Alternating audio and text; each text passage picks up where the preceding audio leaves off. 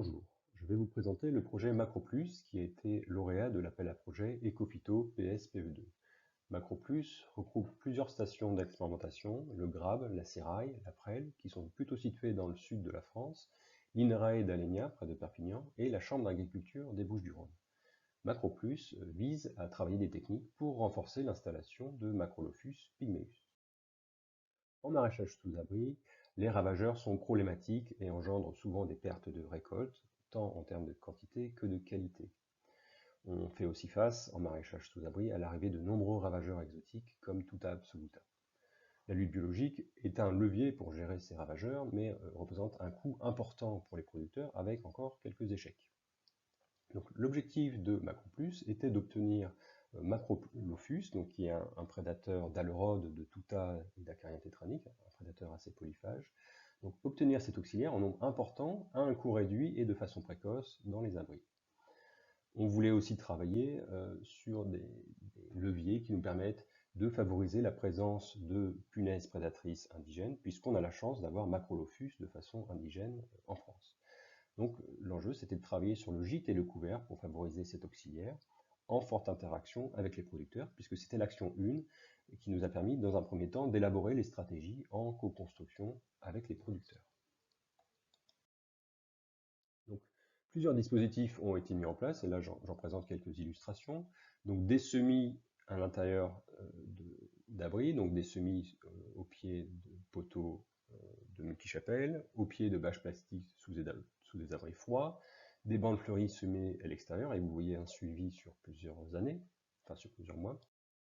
Des plantations à l'intérieur des abris, donc là vous voyez sur un dispositif du Grabe, et donc on a essentiellement travaillé avec le souci officinal, donc on voit les fleurs là. Donc on a travaillé en comparant différentes modalités, notamment des bandes fleuries qui ont été plantées au pied des bâches plastiques à l'automne précédent la saison de suivi, en comparant un tunnel avec la bande fleurie et sans bande fleurie. Donc vous voyez là, avec la bande fleurie, les populations de Macrolophus en comparaison d'un tunnel équivalent sans bande fleurie, et on voit qu'on a renforcé les populations de Macrolophus dans la culture de tomates. Et en parallèle, on a réussi à montrer que dans ces tunnels aménagés avec des bandes fleuries, on avait moins d'alerode que dans le tunnel non aménagé.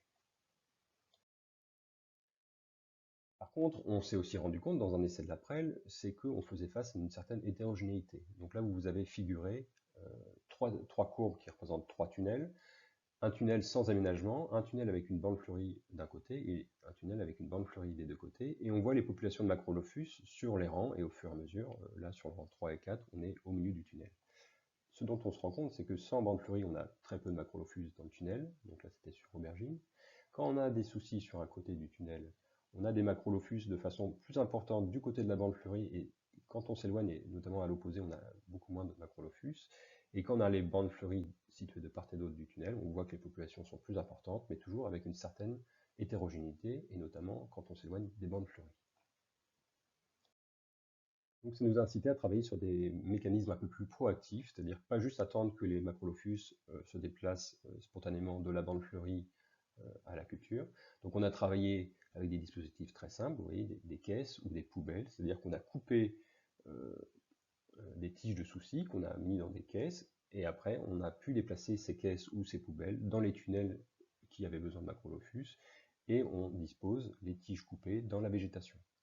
Ça implique au préalable qu'on a vérifié dans les soucis les populations de Macrolophus pour ajuster les doses d'apport de soucis dans la culture, et pour cela on s'est appuyé sur les références techniques qui concernent la lutte biologique et les lâchers d'auxiliaires Macrolophus. On considère qu'il faut à peu près 2 Macrolophus par mètre carré de culture. Donc là vous avez un essai sur tomates de la Presle qui montre bien cela. Vous avez en gris et en jaune les stratégies classiques d'apport de Macrolophus en termes de dose et de date. Donc vous voyez les populations qui s'installent, et vous voyez là les stratégies qui ont été mises en place, c'est-à-dire couper des tiges de soucis, on voit les tiges coupées, mises dans des caisses, et après lâchées dans les cultures sur tomates, et on voit que les populations de Macrolophus sur ces tomates ont vraiment bien augmenté, et de façon supérieure à ce qu'on peut observer dans la stratégie classique. Et donc avec des lâchers aussi beaucoup plus précoces du 2 mars. On a aussi travaillé au GRAB et à l'INRA sur des stratégies de type plus plante relais, c'est-à-dire que sur des vieilles cultures de tomates en train de sécher, on mettait en place des pots de soucis. Voilà. Les macrolophus se transféraient d'eux-mêmes sur les pots de soucis. On conservait ces caisses en hiver dans un coin de tunnel. Et ces caisses-là passent l'hiver et donc servent à inoculer en macrolophus la culture suivante. Donc là, nous, on l'a fait sur des caisses, l'INRA l'a fait sur des pots. Si on regarde dans les essais d'INRA, un témoin sans souci, on voit qu'il y a quand même quelques macrolophus qui rentrent dans le tunnel avec des attaques d'Alerode relativement importantes. Et quand on augmente les doses de pots, c'est-à-dire là il y a 10 pots, là il y a 40 pots qu'ils ont introduits au début de la culture, on voit que les populations de macrolophus augmentent, plus que dans le témoin, et en parallèle les populations d'Alerode sont moins importantes que dans le témoin. Si on considère les enjeux d'Ecophyto, ce projet a permis de mettre en évidence que les plantes de service et la biodiversité fonctionnelle constituaient bien un nouveau levier à intégrer dans les stratégies de gestion des ravageurs. C'est un levier qui doit être intégré à une stratégie globale et qui ne prétend pas exclure d'autres stratégies comme la lutte biologique. Il y a vraiment une complémentarité très forte entre les deux. Et ces aménagements, les plantes de service, peuvent aussi fiabiliser la lutte biologique parce que dans un certain nombre d'essais, on a bien montré qu'on pouvait faire des lâchers d'auxiliaires achetés sur les bandes fleuries qu'on mettait en place. Mais tout ça contribue quand même à la baisse des coûts de lâcher et donc à une meilleure performance économique chez les producteurs.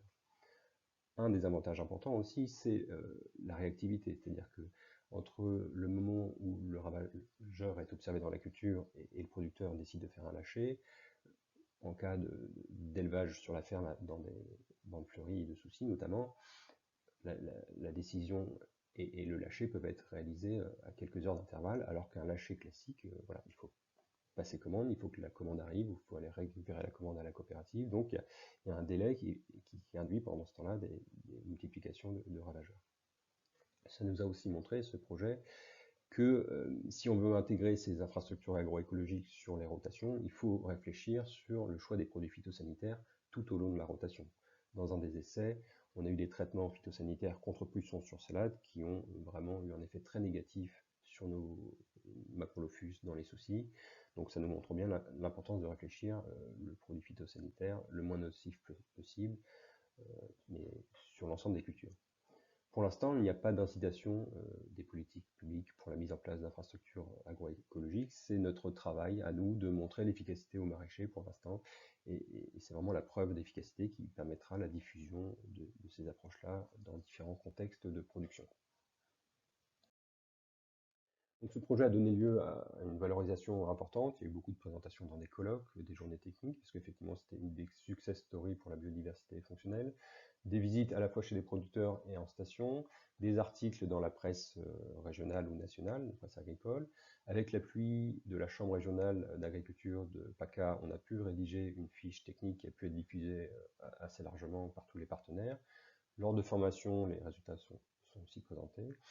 Et on a eu la chance d'avoir des producteurs impliqués, à la fois dans les échanges au sein des comités de pilotage et lors des visites. Au GRAB et à la Sérail, on a aussi fait des suivis allégés chez des producteurs sur ces approches-là pour essayer d'évaluer dans les conditions de production différentes comment on pouvait adapter ces stratégies. Donc en termes de perspective, on a réussi à montrer que la biodiversité fonctionnelle pouvait apporter un vrai service aux producteurs, notamment en production maraîchère sous abri froid, notamment parce qu'elle apportait une vraie efficacité en termes de régulation des alerodes et de l'amineuse de la tomate, tout à absoluta, qu'une analyse aussi technico-économique a été réalisée et a montré que les coûts d'implantation étaient plutôt inférieurs à des stratégies classiques de lutte biologique, donc des stratégies pas plus coûteuses pour les producteurs, mais avec des efficacités intéressantes. Ce projet a aussi permis, avec nos interactions avec des techniciens des défis fermes ou d'Agribio par exemple, d'accompagner des mises en place chez des producteurs dans d'autres régions. Et donc pour nous, c'était aussi un indicateur du succès du projet de voir ces stratégies déployées dans d'autres régions. Donc plus globalement, ce projet a contribué à l'attractivité des plantes de service. Il faut signaler que dans la grande majorité des projets défis XP qui concernent la gestion des ravageurs, la biodiversité fonctionnelle est désormais intégrée comme une composante importante des stratégies. Et ce projet a aussi permis d'initier d'autres projets, notamment un projet que je porte, un projet défi XP Ecophyto Cosinus, qui vise lui à intégrer les résultats de plusieurs projets qui concernaient la biodiversité fonctionnelle, dont MacroPlus, mais qui vise à travailler sur des échelles d'espace et de temps différents, puisqu'on travaille différentes cultures, différents ravageurs à l'échelle de l'exploitation dans son intégralité. Et ce projet a aussi permis, MacroPlus, d'initier d'autres projets sur d'autres systèmes de culture. Dans MacroPlus, on s'était concentré sur les abris froids. Le projet Casdar Accord, lui, s'intéresse à l'intégration de plantes de service qui font appel aux mêmes auxiliaires, notamment Macrolophus, mais dans un contexte plutôt de serre vert hors sol. Voilà, je vous remercie de votre attention et je serai heureux de répondre à vos questions.